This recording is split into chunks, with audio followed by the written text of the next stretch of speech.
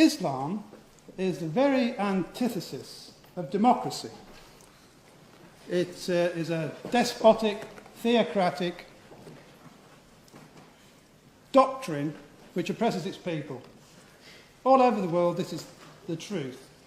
And if we look at the West, there's not a single country that is blissfully free of Islam.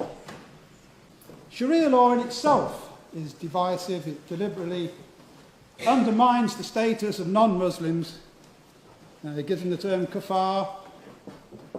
They don't have the rights that Muslims have. And this is enshrined in all of the Islamic texts, from the Quran to the Hadith. Non-Muslims have a lower class status. My organisation is Stop Islamisation of Europe. We are being Islamised. While our troops are being bombing democracy into Muslim countries such as Afghanistan and Iraq, we're instilling Sharia law in our own country. What's happened in Harrow is the councillors who opposed us are now forcibly feeding school children halal slaughtered food. So the Islamisation of these children is taking place without their parents' knowledge. It's just been exposed this year. There's a bit of a debate going on in Harrow as to whether that's the case. It may interest people to know that in Denmark, every piece of poultry sold in supermarkets, apart from a tiny proportion of organic produce, is halal slaughtered. People are being force-fed this produce deceitfully. You appear to be conflating cultural integration and Islamisation simply because, as society, as we are a democracy, we decide to accept the values of other people that decide to come to our country. We accept that this isn't necessarily some sort of Islamisation. These are the foundations of democracy. No, not at all. No. My organisation would not exist if the British media and the Western media did their jobs and reported things impartially, instead of going time after time after Israel for what's happening in the Gaza Strip, misreporting things like that, like the supposed killing of Mohammed Al-Jura, the 12-year-old boy, up against a wall, sheltering behind his father. There's complete fabrication thrown out of a French court. No redaction, no retraction by the media.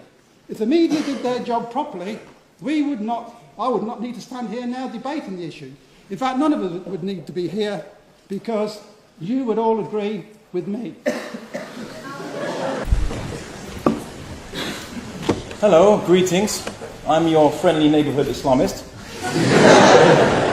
I was a bit late coming from London today, but you know, the queue of infidels to behead was rather longer than usual. Now, I guess getting to more salient points, we've heard this very interesting discussion. I think you can break it down to this.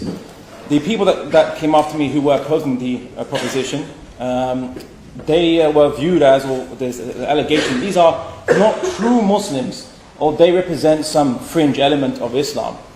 Well, I'm going to be a little controversial, and if anyone has seen me on video and so on, not Crime Watch, but the debates I've debated secularism, atheism, I have a penchant for political philosophy, and I am a convert to Islam from Portuguese descent. Now, essentially this, I believe in the Sharia. I believe in Orthodox Islam for 1,400 years. I believe in all the elements that that is unpopular that you've seen. But I'd like to explain that there is a big misunderstanding, and I'm going to be very antisocial, but I am an Islamist after all. And I'm going to have to not take people's points, because I've got a lot of things I want to refute. And basically, the organisation I was part of does a lot of debating.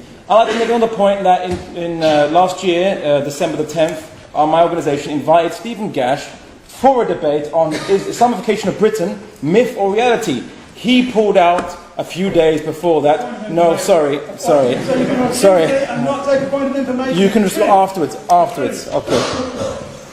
Anyway, now he said, I want to answer the point he said at the beginning. He said that the West is summed up by democracy. So whatever the people choose is correct.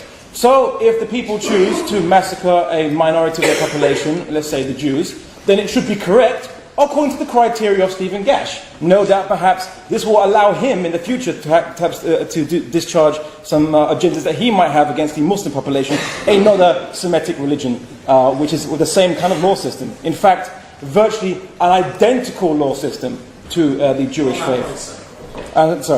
Now, also, they said that so women only got the vote 100 years ago, while in Islam, 1,400 years ago, the Prophet Muhammad requested the Pledge of Allegiance from women and men. And that's in the text. They said that Islam doesn't give Muslims rights. Well, I like to quote, let's deal in text. Let's not deal with what I say. According to Stephen Gash, I'm a lying Muslim. So, I'm going to deal, yeah, there he goes. So, reminds me of that excerpt from the film Kingdom of Heaven. That's a Saracen, he lies. Anyway, the Prophet Muhammad said, in the book of Hadiths, he said that whoever oppresses a person who is under covenant, a non-Muslim, in living in Islamic state, or oppresses him, or imposes on him something more than he can afford, or humiliates him, or takes anything from him without his consent, I will oppose him on the day of judgment. The Prophet Muhammad also said that anyone that harms a dhimmi has harmed me. Yeah? And the word dhimmi means a person under contract. It is no different to the Rousseauian citizen contract, whereby the state is under contract with a citizen to provide minimum protection. Now I'm totally happy to debate this entire subject on what the text actually says, including when the sacred months have passed, killed infidels wherever you find them. Let's quote the entire surah. The entire surah says about those polytheists who were in an alliance, or not alliance, an agreement with the Muslims for a neutral non-aggression. They broke the agreement. So what did the Quran reveal? It said, when one of the months are over, or this agreement, when it's over, then attack these people. But the Prophet Muhammad also said that you don't attack the women, the children, and the man who's tilling along. This is a text. I'm sorry, my friend. We live in a free state where you can express. Do not impinge upon my freedom to express myself.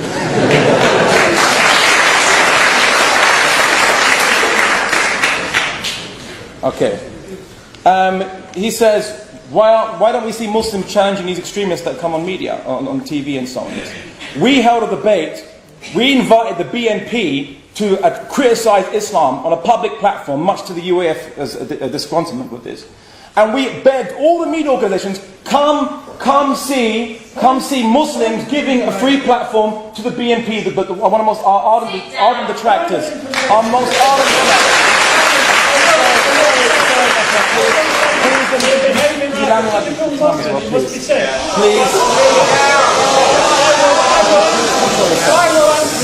Please control it.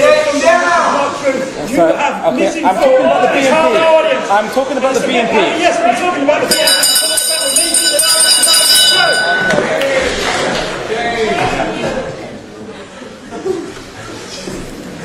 Anyway, we begged the BBC, Channel 4, we begged ITV, we begged every media outlet we could find to come cover this. We'll show you Muslims supporting free speech. It wasn't newsworthy, they said. Wasn't newsworthy.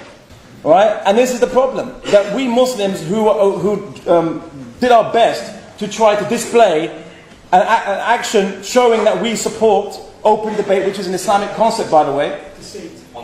This was not allowed to be shown by the media, and that's why you don't see Muslims opposing Anwar Chowdhury, because the media will not show you this to you. So, Mr. Gash, I'm talking about the BNP, and you got conscious. Gash. All right. Excuse me, Mr. Gash. He has the floor. Please respect our rules. If not, we have to escort you out. So please, I understand. Please.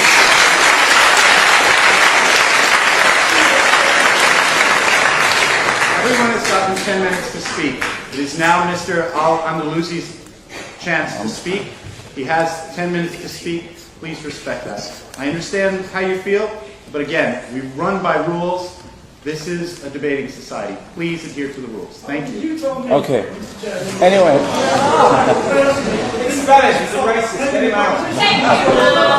The threat to the West.